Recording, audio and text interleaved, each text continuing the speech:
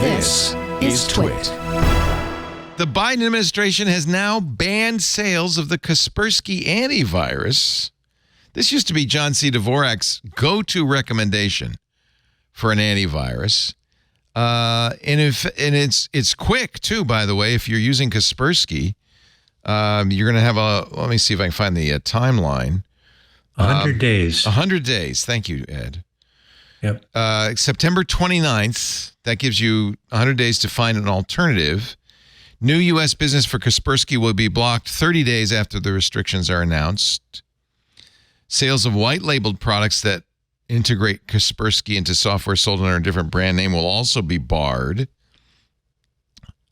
Commerce Department will also entity list 2 Russian and 1 UK-based units of Kaspersky for allegedly cooperating with Russian military intelligence to support Moscow's cyber intelligence goals. There was, back when there was this big leak of NSA spy tools some years ago, the story was that an NSA contractor, not even an employee of the NSA, had brought these tools home, that he had Kaspersky running on his machine at home. Kaspersky saw these tools and said, whoa, that's malicious, which it was, by the way. Kaspersky was right, and quarantined them. But what happens when Kaspersky and most antivirus software quarantines a new virus it hasn't seen before? It sends it to the Home Office for analysis. So it sent these NSA spy tools to Moscow. Now, how it got from Kaspersky to the GRU is unknown, but the guy who started Kaspersky has connections with the Russian military intelligence. So there's always been this kind of smoking gun. Ed, let me ask you, you're probably more up on this. Do you think Kaspersky really is a danger to U.S. business?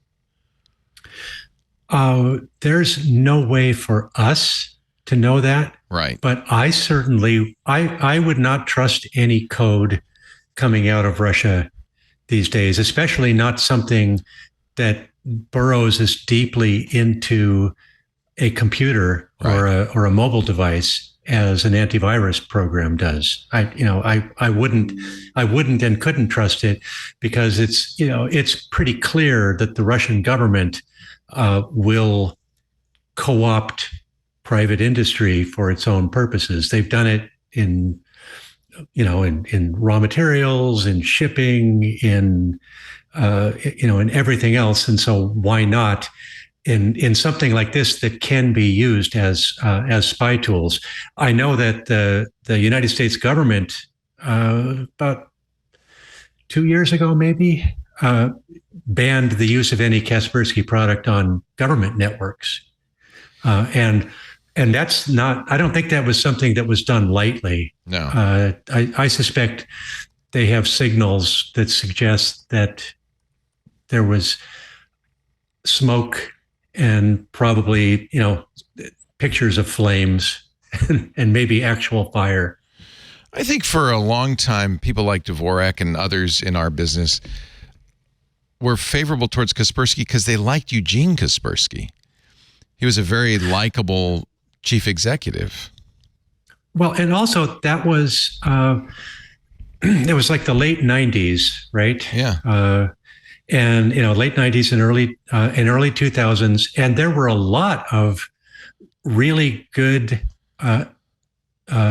talented software developers working in and shipping products from Russia back then. I remember a product that I used and was really enthusiastic about that was developed in Russia. That was, it was eventually killed by Microsoft Outlook, but it was great. And there's also a program that I used probably 15 years ago. It was a file synchronization program. It was also, really great stuff. There were some super skilled. It's the same skill set that makes the Russians great chess grandmasters, right? That same educational network, the same sort of cultural background that they have, predisposes them to having good programmers. But in the modern age, I mean, you just can't. I can't imagine trusting anything coming out of Vladimir Putin's Russia that has code that's going to run on my computer. No thanks. Kaspersky himself graduated from, I don't know anything about this, but the name is suspicious, the technical faculty of the KGB Higher School in 1987, and then worked for the Ministry of Defense. So he definitely has connections with the Russian government. Kaspersky says it believes the U.S. decision was based on, quote, the present geopolitical climate and theoretical concerns rather than on a comprehensive evaluation of the integrity of Kaspersky's products and services. Kaspersky said its activities did not threaten U.S. national security, and it's going to pursue legal options. Now, this is what TikTok has done. TikTok's in court right now. They would say that, though, wouldn't they? Yes, they would. Is this the same thing as TikTok? I no. Yeah, I think it's different, but I do think that the more and more that the U.S. government says, trust us, and this is, based on principle, this is based on a real risk, this is based on, real evidence that we've seen, but we can't show you because it's classified. I do think that that's a dangerous path. And I almost wish the U.S. government would be more willing. The problem is that this is not, the kind of thing that you say under a rule-based order. But I wish there was just more willingness to say, like, hey, this is an adversary. We're funding the war in Ukraine. So we want to kick this company out of the U.S., right? They can't have access to the U.S. market if they're going to behave this way in Ukraine, right? I just think that has more legitimacy than this sort of like theoretical argument that they're posing. And I don't know what the antivirus market looks like. I don't know that market as well as I know the social media market when it comes to TikTok, but I just don't know, like, are there American players that are now going to be at a huge advantage because of this? Is there going to be an American player that's going to come in and swoop in the market? I don't know, but I worry about this logic of, like, sort of yelling about national security concerns, not really having a specific scenario that they can point to, and then just saying, trust me, I guess.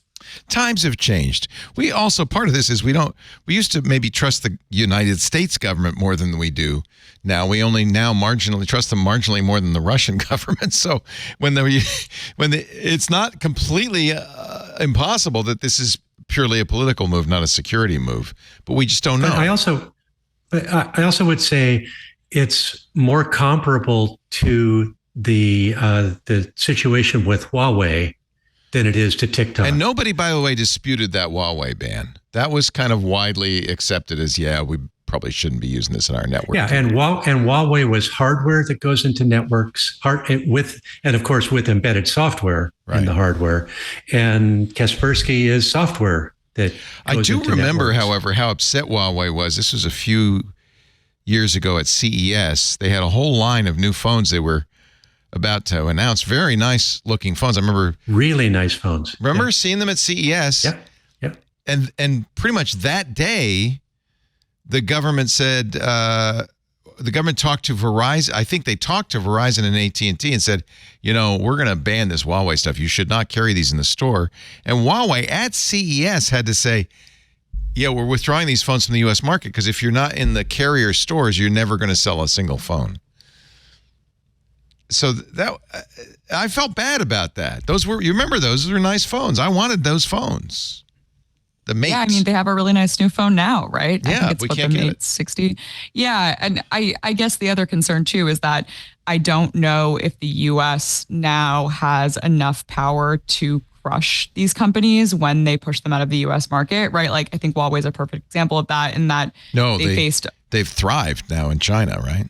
Yeah, I mean, they're doing really well with this latest phone, is selling spectacularly. They are selling network equipment in other parts of the world. I think sort of the days of like, we don't like this company and we're going to endlessly pressure all of our allies everywhere in the world to also shut this company out. I don't think that strategy works anymore and doesn't have the power to work anymore. So if you want to ban a company or ban a product or whatever it is, the case has got to be pretty clear, or just be straightforward about that. The case is like, this is an adversary, right? Like, I think that increasingly, especially with the TikTok ban, I think voters are going to demand more information. I don't think there's that many voters who care that much about antivirus software, but it's sort of the bigger question, especially when they see things they can't have, right? Like, you said the Huawei phones, but look at the Chinese electric vehicles, for example. I do think that there's a subset of Americans who would want those products, and that they're going to have to explain. The government is going to have to explain to voters like why you shouldn't have them. Oh, your camera just went out, or is it us? Oh no, can you still hear me? Yeah. Oh no, it's gone dark. No memory card, cannot play. All right, I should be able to fix that. Give me 1 second. We won't say anything important while you're gone. That Louise Matsakis, what do you think? Hey, thank you for watching this little snippet from our big show, the News Roundtable This Week in Tech. I'm Leo Laporte. Each week we cover the week's tech news, in-depth analysis, but it's also fun and engaging. You'll find it at twit.tv along with all of our shows. And if you want more, just hit the subscribe button, and we'll be sure to bring you a lot more great content. Thanks for listening.